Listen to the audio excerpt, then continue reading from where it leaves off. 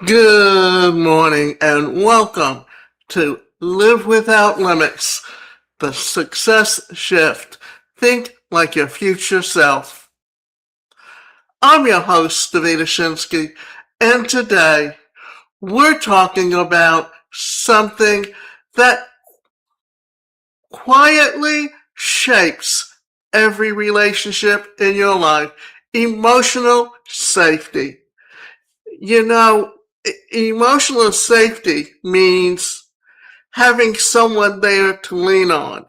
And when you don't, and you deal with things alone, and you feel isolated, it's one of the worst feelings you can have at a time when you truly need someone, because we need to function in a world where we build relationships with the people around us. Not communication, not compatibility, not even love, because the truth is you can love someone deeply and still not feel safe with them. You can communicate often and still feel misunderstood. Emotional safety is the foundation of every healthy relationship, whether that's with your partner, your family member, your friend, your colleague, or even yourself. And one of the things that I can say is I grew up in a family that was very, very toxic. I had a father that physically abused, a mother that psychologically abused. They did not come from homes where they experienced love and respect, and they did not know how to give it to someone else. Their relationship was not based on love. It was based on companionship. My father wanted someone to be a hostess for dinner parties and be able to cook, and my mother wanted financial security. That's the basis of what the whole relationship was based on.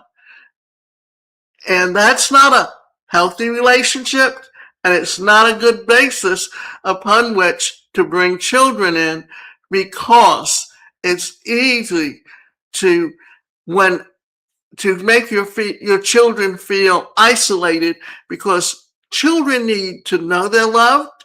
They need to know that they're wanted.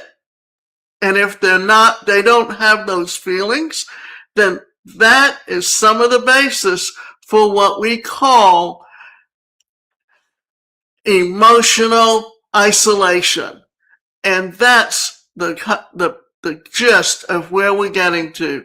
But when emotional safety is present, you can be honest, you can be open, you can truly connect.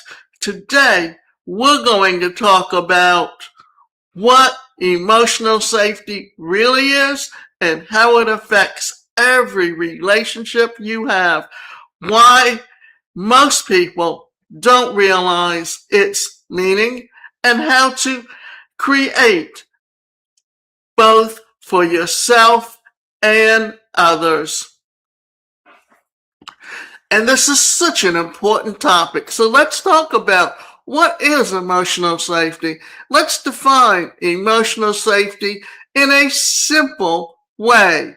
Emotional safety is the ability to be yourself without fear of judgment, rejection, or punishment. It's feeling like you can speak honestly, you can express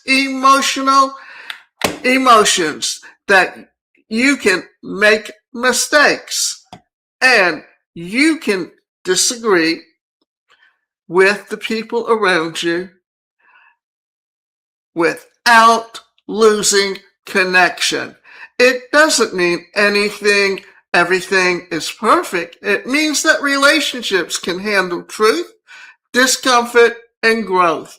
When emotional safety exists, you don't feel like you have to walk on eggshells over-explain yourself, hide parts of who you are. And here's something important. Emotional safety is not just created by others, it's also created by you. And let's explore some of that, because communication in every relationship is so important, because it's what builds and makes a relationship solid. That when someone is hurting, or when they feel hurt or angry, they can tell you why they feel that way. They can express their deep inner feelings. They can even, if you've been hurt by someone in the past and you meet someone, to feel emotionally safe to them means that they'll take you in your arms. They'll let you cry. They'll let you show what you're feeling when you're hurting, and still know that it will not push them away because of their own fears, that they're open. That's why so many people will go to a therapist, or go to a life coach, or go to someone where they can feel emotionally safe and learn how to communicate better in future relationships. Often, if we don't know how to do this, then all we're going to do is repeat old behaviors and constantly end up in bad relationships. And I can remember back when I was in high school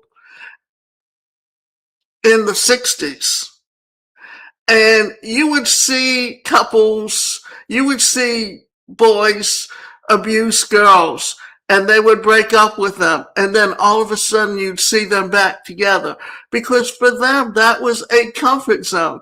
That was an era where it was the beginning of the awakening. You heard it in the music, you saw it in what was happening during the Vietnam War. There was a lot of protests going on, and even today, what you're trying to see with all the faith-based way of doing things is that they want to go back to those isolationist times when we didn't have that kind of emotional support, where we felt as though we can open up, we can talk, we can begin to understand what the essence is of who we are and what our needs are, and how to find someone that can truly help you with meeting those needs, and understanding how that fits into emotional awareness helps you understand why it's up to you to get to that point where you feel as though you have someone that you can truly relate to and truly be open with. Now, what happens without emotional safety? When emotional safety is missing, relationships become guarded. You might notice yourself holding back your thoughts, avoiding difficult conversations, agreeing just to keep peace, feeling anxious before speaking. And over time, this creates disconnection, resentment, misunderstanding, because you're not showing up as your full self. You're showing up as a filtered version of who you are. And here's the deeper truth. When you don't feel safe, you protect yourself. And when you protect yourself, you stop connecting. That's why emotional safety is so powerful. It removes the need for constant self-protection. In the past, you saw couples, when they started having children, the children kept them together, even though there was no emotional safety or true love there between them anymore. And then that's why as the children got older and went on their own, there was nothing there between the couple that connected them, that's when you saw a high degree of divorce. And a lot of that's because they didn't look for healthy relationships. They were used to relationships where there was a lack of emotional safety, that the generation of adults coming up in the very early part of the 20th century were this. It was the woman stayed at home and took care of the children and was financially taken care of, and the man went out to work and was the breadwinner. That's why that generation, that I know someone that she was angry because her father left everything to the son and nothing to her. But in those days, it was expected that when women married, they married men that took care of them financially, and they didn't have to worry. Whereas because the man took care of his family, the parent who controlled the money left that money to the son, so he could, to make sure that that family was taken care of. But that they looked at that financial reserve as their gift. They didn't understand that loving someone means showing them that you love them, allowing them to feel hurt, allowing them to tell you when they're feeling hurt. And let me go back to that same person, because hers is a situation where her parents, when they had their first son, the doctor told her mother not to have any other children because psychologically she was fragile and couldn't handle it. But after a few years, she wanted another child, so they had another child. And her mother had a breakdown and ended up in the hospital, so that she was shuttled between relatives and really had no understanding of what real love and respect is, and ended up married to someone who basically abused her physically over the years. And then finally, she got divorced and finished her education and worked and took care of herself financially. But we all need that kind of emotional bond where we feel safe. And when you look at the 1960s, that was the beginning of the self-help industry, where you started seeing an opening up of people to discuss what was going on, to discuss and become aware. It was the beginning of experimentation with drugs, with music. If you remember what went on with the festival up in New York, God, my head's not with it right now to think about, but all of that was, it was such an opening up and an awakening and understanding when we went into the Vietnam War that it was not, most of the boys during the Vietnam War eventually went to begin with because they remembered World War II, where there was a real purpose for the war. And in this case, there was no real purpose for us for the United States to be there. And yet a lot of them, they were talking about fighting communism, and that's what they were fighting. And they really didn't understand what the whole purpose of And as it came out, as more people became aware of what was going on, there was more of a protest against the war. And then it was just such understanding and learning about how we need to understand exactly what's going on inside us, why we feel the way we do, why we did the things we do. And if you go back to that type of conservatism again, where people are basically ignorant in a lot of respects, then what's happening is that you're going to close yourself off. You're not going to know what a real healthy relationship is and how to really build on those kinds of relationships. So why emotional safety matters in the early area of life.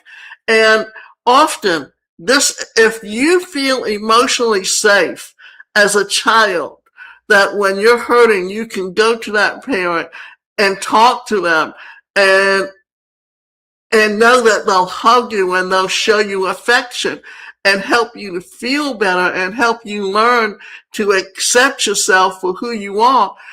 There's a saying that I have on my computer, and it says, I am not what happened to me.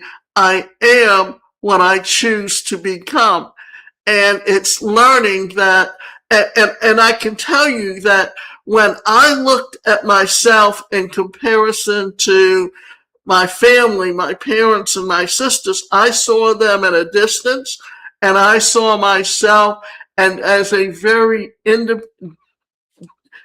detached from them. And that's because I really needed a lot of emotional safety as a child growing up, because I grew up in an era with a disability that was very obvious, that I got bullied and teased in school. And then when I came home, I had no one to hug me and tell me they loved me. I had to learn to build a strength within myself to be able to deal with all of those. So that's what we're talking about when we're talking about emotional safety and why it matters. Because we all need to know that we can be taken care of, that we have someone to lean on at a time when we truly need that. So emotional safety isn't just about romantic relationships. It affects communication. You speak more openly and honestly. You can trust someone knowing that they will be there. You feel secure sharing thoughts and feelings. Your mental health. You experience less anxiety and overthinking. Growth. You feel safe to learn, make mistakes, and improve.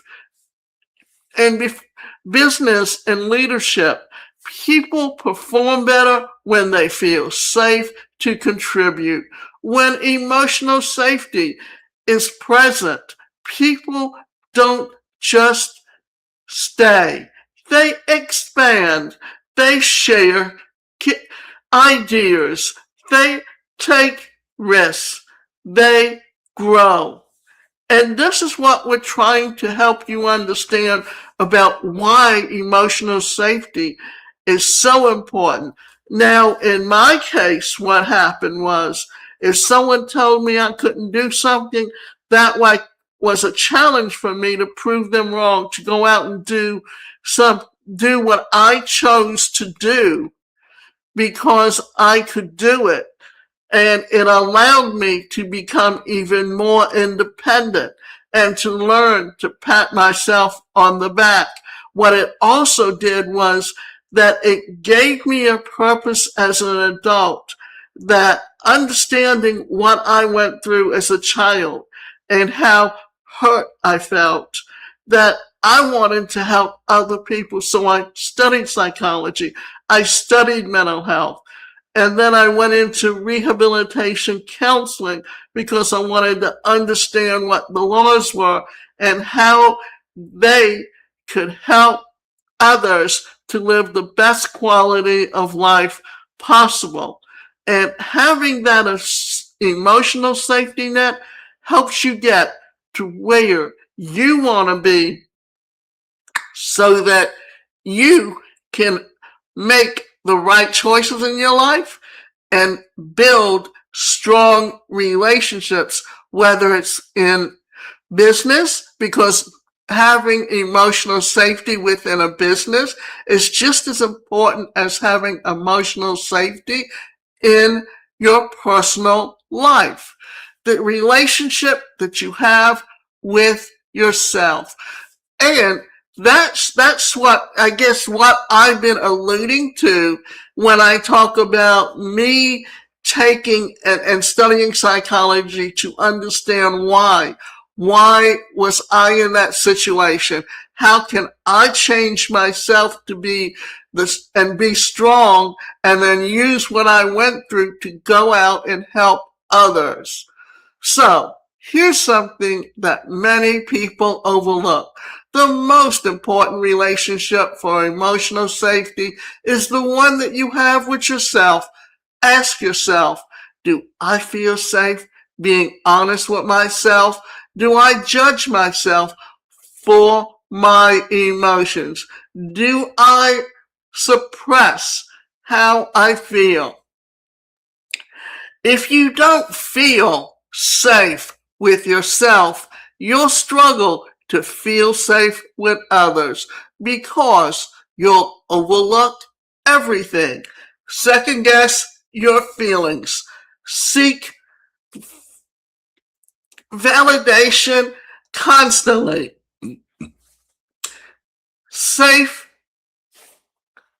Self-safety looks like acknowledging your emotions without judgment, allowing yourself to feel, trusting your voice, that you own yourself. And this is where generational and emotional safety begins. And what emotional safety means in that case is how you take yourself. Because if you're someone who is a perfectionist, then you're going to criticize a lot of things about yourself. And understanding that none of us are perfect. We're all going to make mistakes in our lives. And taking and accepting that we're not perfect instead of making your expectations on yourself so strict. And then not only expecting yourself to be perfect, but expecting everyone else around you to be perfect. And what does that do? That basically determines how you treat the people around you. And remember this, when you mistreat someone else because you're trying to make yourself feel better, then you're teaching them that this is how you expect to be treated. Because always remember this, if you want to be treated right, you have to treat others right. Because they're only going to do back to you what you did to them. Because many a time I used to say to my mother, remember how you treat me, because that's what you're going to get back.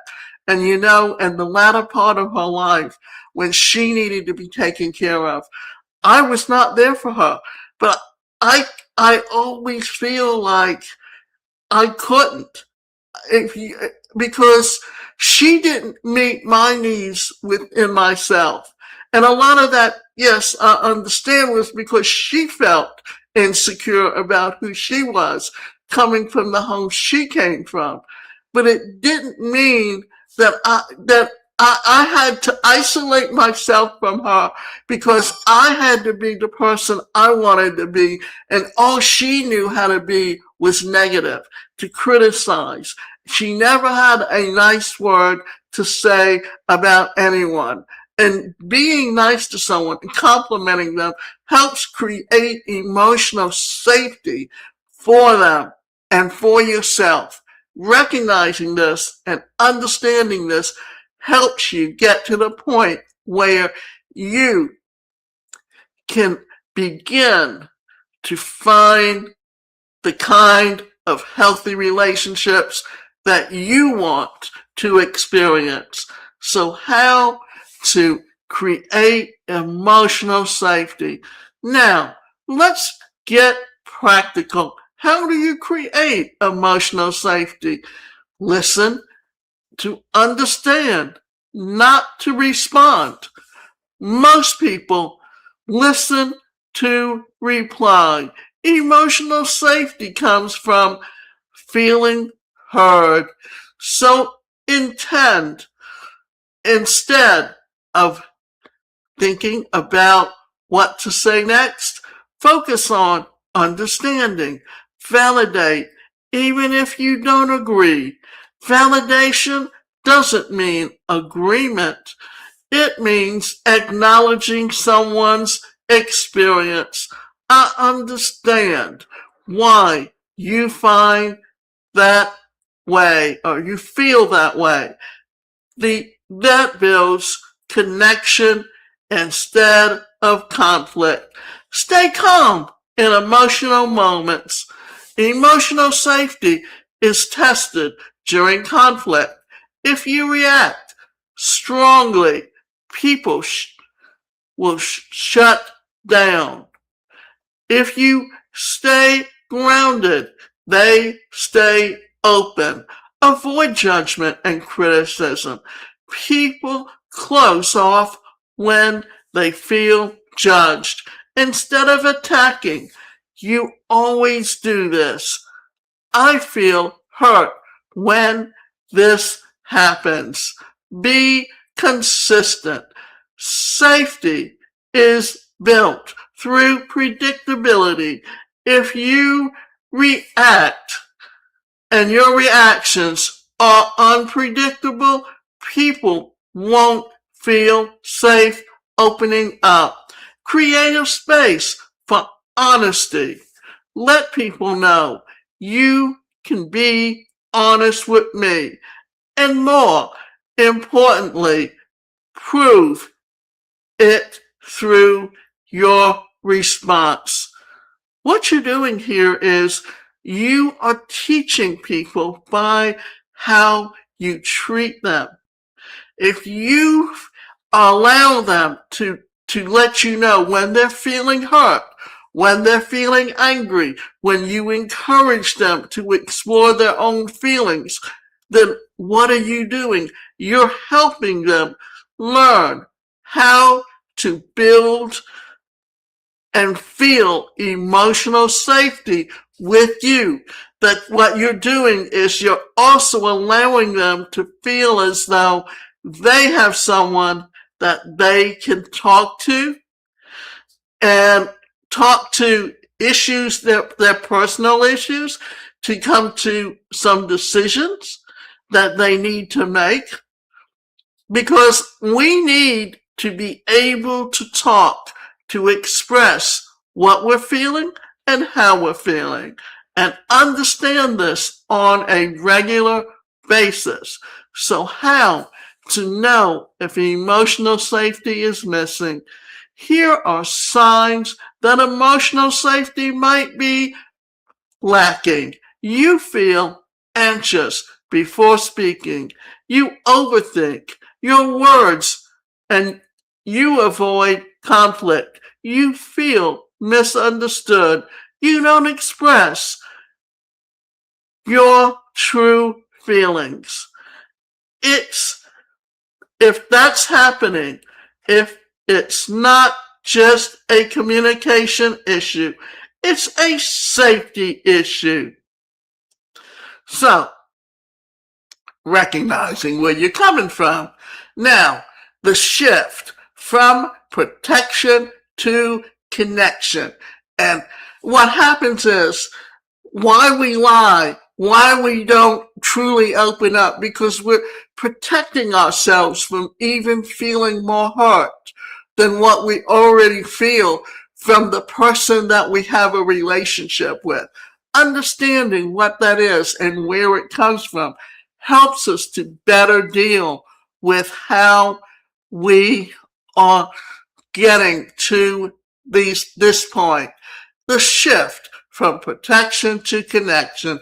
When emotional safety is present, something powerful happens. You stop protecting yourself and you start connecting. You don't have to perform. You don't have to filter. You don't have to prove anything. You can just be you. And that's where the real relationships begin. So I want to leave you with this question. Where in your life do I not feel emotionally safe? And then how can I start creating the safety written within myself and with others? Because emotional safety changes everything. It changes how you communicate, how you connect, how you grow, and most importantly, it changes how you show up. So I want to thank you for joining me today on Live Without Limits, the Success Shift. Think like your future self. If this episode resonated with you, share it with someone who needs it. And remember, the safest relationship won't be perfect. They're honest, they're respectful, and they're real. So recognizing this and recognizing where you're coming from and how you can become that person you truly want to be and develop the best possible relationships you have, whether it's with your family, your peers, or even your significant other.